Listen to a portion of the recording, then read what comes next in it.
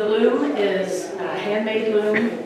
It's over 100 years old. It was made in Finland.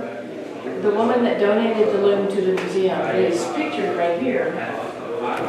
And she's now deceased, but she immigrated from Finland. Before she left Finland, she had taken a weaving course, learned how to weave, and we have her study book, a copy of her study book on display here. And when she immigrated, she wanted to bring the loom with her, so she took it all apart and shipped it over with her. And then she continued to weave when she was here, but then she got, it was too hard for her as she aged. It was too hard for her to weave. So she donated it to the museum. It was all apart, so my husband and I put it back together again, and I decided to use it to demonstrate weaving. I've also taught the weaving class.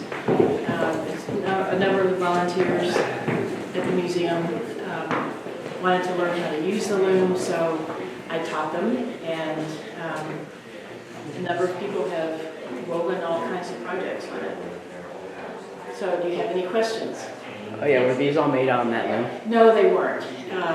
These things were, that are not on display. This particular one is a sampler where when I teach people to use the loom, they can pick out the pattern, the design that they want to make, and use that. This one is an example of what's called a double weave or a takana. You can see these are just samples so I can show students what possibilities there are. This one is like two fabrics woven together. And you see this side, the background is blue and the pattern is white. On the other side, the background is white and the pattern is blue. And that's called a thin weave or a double weave, or the Finnish word for it is takana. And these are just some other, here's another pattern that students that want to learn to use the loom can pick out a pattern that they want to create. But the spinning wheels that are on display with the loom is where the whole process actually starts, because, and these are from Finland.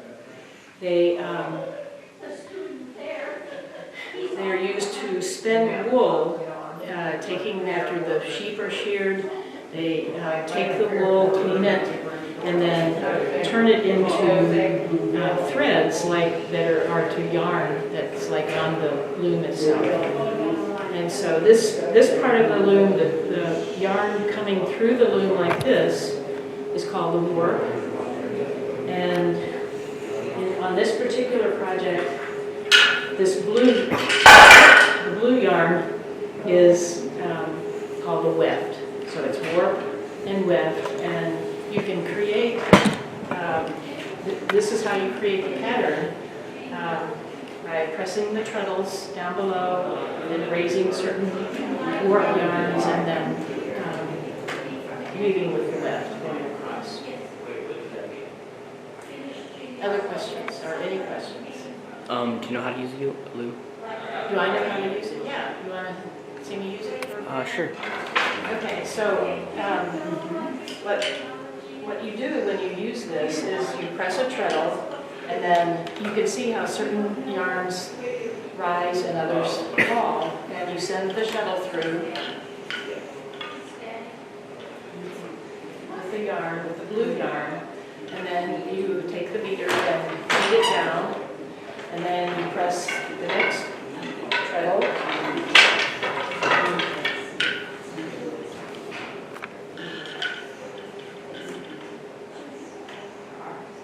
And depending on what treadles you press, that determines what the pattern is going to be. And I'm following a pattern that is designed, the pattern is designed to produce this particular pattern.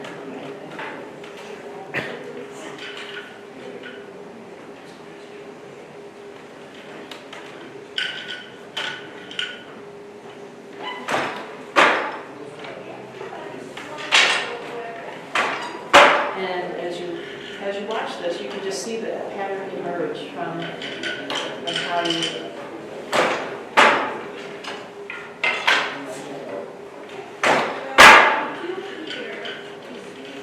Once you get going, you can actually go pretty fast and finish off a project pretty quickly. What the thing that takes the longest time is setting up the loom itself. You have to thread each one of these yarns through this.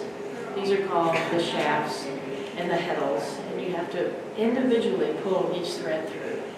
And there's on this shaft, and then on the second one, this one has 4 shafts, and then you have to pull it through the reed. So obviously it takes a long time to do that. Once you get it set up, and you can set a long warp on there, so you can just, the weaving doesn't take much time. You can just get going and do that pretty rapidly.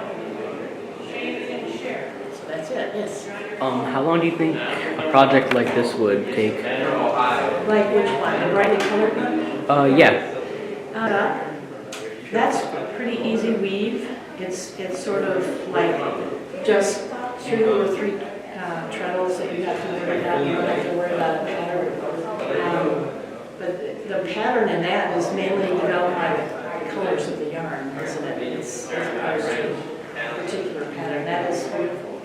And that I think that Finns in Finland, they made a lot of fabric like that. That's a rug. And I think they did that to brighten up their homes in the wintertime, because it's so dark in the winter for so long. And of course, winter time is a nice time to do some weaving too, so they just did that to brighten up. Okay, we're trying to